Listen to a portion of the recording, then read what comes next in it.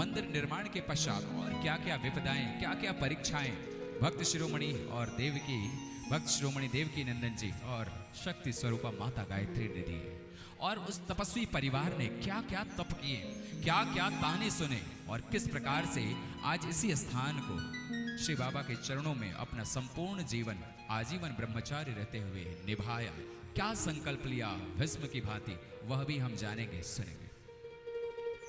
इधर पंचदेव मंदिर का 1975 में गंगा दशहरा की पावन तिथि में शंकराचार्य के साथ उनके सानिध्य में मंदिर का भव्य निर्माण हुआ। चारों ओर बाबा जी का प्रचार प्रसार होने लगा, परंतु कुछ लोग ऐसे भी थे जिन्हें बाबा जी की भक्ति, ये तप त्याग तपस्या नहीं सुहाती थी। उनके मन में कलेश रहता था, उनके मन में हर पल यही चलता रहता था कि कैसे भक्त शिरोमणि देवकी नंदन के इस भक्ति त्याग तपस्या को धूमिल कर दिया जाए। मन में षड्यंत्र रच करके कुछ लोगों ने मंदिर के प्रसाद में विष मिलाना चाहा। जहां देखो वहां पंचदेव मंदिर की जय जयकार हो रही है। अरे भाई, पंचदेव मंदिर की जय, देवकी नंदन की जय, गायत्री देवी की जय, साथ ही देवकी नंदन और गायत्री के भक्ति की ख्याति चारों ओर फैल रही है। कुछ तो ऐसा करना होगा जिससे सांप भी मर जाए और लाठी भी ना टूटे। तो भाई ऐसा आखिर क्या करें? एक उपाय है मेरे पास। क्यों ना मंदिर के प्रसाद में विष मिला दिया जाए, और जब ये मिला हुआ प्रसाद भक्तों में वितरित किया जाएगा तो देवकी नंदन और गायत्री देवी की सारी भक्ति मिट्टी में मिल जाएगी। हाँ। फिर देर किस बात की? लाओ लाओ, मंदिर के प्रसाद में हम अभी के अभी विष मिला देते हैं। षड्यंत्र, कलेश, मन में कलुषित भावना लेकर के दुष्टों ने मंदिर के प्रसाद में विष मिलाने का निर्णय लिया। मां गायत्री, भक्त शिरोमणि इससे अनजान थे। दुष्टों ने उस प्रसाद में कालकूट विष मिला दिए और षड्यंत्र रचने लगे। तभी मां गायत्री का वहां आगमन होता है।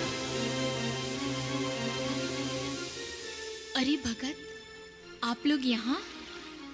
कहिए, कैसे आना हुआ? मां गायत्री, हम तो यहाँ बस ये प्रसाद लेकर आए थे। देवकी नंदन जी ने ये प्रसाद भक्तों में बांटने के लिए भिजवाया है। ये लीजिए मां, ये प्रसाद भक्तों में बांट दीजिए। जय हो, जय बाबा जी की। ये तो बड़ा अच्छा किया आप लोगों ने। लीजिए, आप लोग भी प्रसाद ग्रहण कीजिए। अरे अरे अरे नहीं नहीं माता गायत्री, ये प्रसाद हम कैसे ले सकते हैं? हमने तो पहले ही प्रसाद ले लिया है। आप इसे भक्तों में बांट दीजिए। गायत्री माँ जैसे ही उस प्रसाद को बांटने के लिए अपने कदम को बढ़ाती हैं, तभी वहां देवकी नंदन आते हैं। ठहरो गायत्री, ठहरो, ठहर जाओ। गायत्री, मुझे आभास हुआ है, बाबा जी ने संकेत दिया है। इस प्रसाद में जहर मिला हुआ है। गायत्री, जहर मिला हुआ है। इस प्रसाद में विष मिला हुआ है। किसी ने षड्यंत्र रचा है गायत्री, किसी ने हमारे साथ विश्वासघात किया है। अरे मेरे वचनों का साक्षी ये धरती, ये अंबर होगा। आज से पंचदेव मंदिर की सीमा ही देवकी नंदन का घर होगा। हम सबके ताने सुन करके दुख दर्द में भी मुस्का लेंगे। हम सबके ताने सुन करके दुख दर्द में भी मुस्का लेंगे। दौलत की हमें चाह नहीं, हम घास की रोटी खा लेंगे। बाबा जी के चरणों को साक्षी मानकर आज मैं ये ऐलान करता हूँ, बाबा गंगाराम को साक्षी मानकर आज मैं ये ऐलान करता हूँ, मैं अपनी सारी संपत्ति बाबा जी के चरणों में दान करता हूँ। यूं ही नहीं इनको तपस्वी परिवार कहते हैं, यूं ही नहीं इनको तपस्वी परिवार कहते हैं। माँ, ये लीजिए, ये हमारे गहने। अब इनका क्या काम? अब तो बाबा जी की भक्ति ही हमारा गहना है। और उनकी सेवा ही हमारा आभूषण।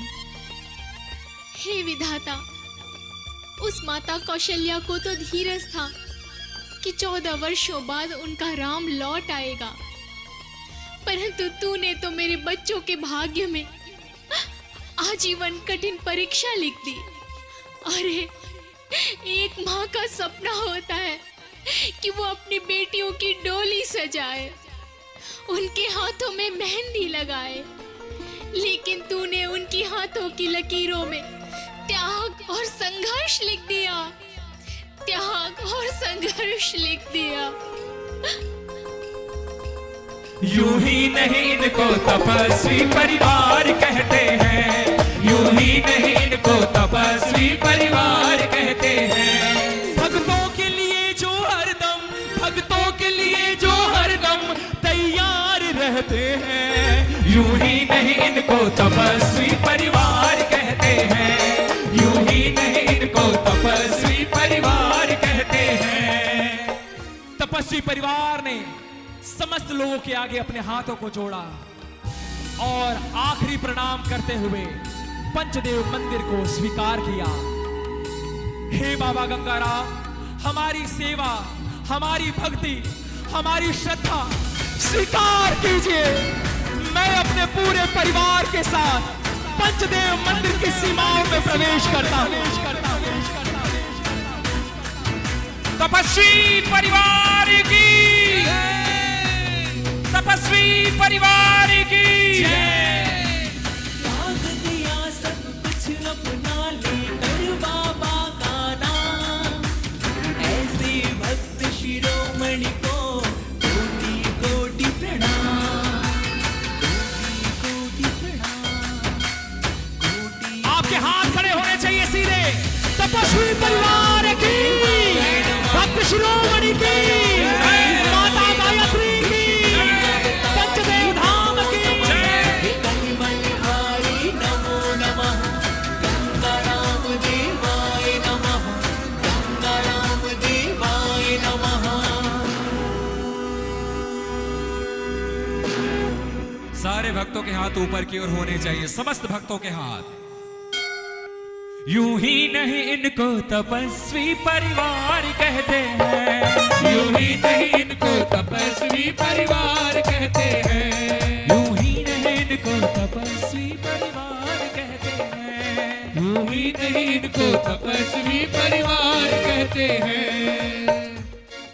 भक्त शिरोमणि ने, मां गायत्री ने, तपस्वी परिवार ने अपना सर्वस्व निछावर कर दिया।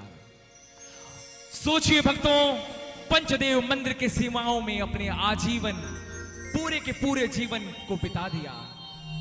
आज ये भूमि, अगर ये मंदिर की रज संजीवन के समान पवित्र है, तो उसमें इस तपस्वी परिवार का बहुत बड़ा योगदान है। एक जय घोष जरा जोरदार बोलो, तपस्वी परिवार की। मैं आपको एलईडी स्क्रीन पर दिखाना चाहता हूं तपस्वी परिवार की वो भूमिका जिसने इस झुंझुनू धाम को झुंझुनू तीर्थ बना दिया, पंचदेव धाम बना दिया, आशीर्वाद धाम बना दिया। आपकी निगाहें स्क्रीन की ओर हो, तपस्वी परिवार को नमन करें, प्रणाम करें।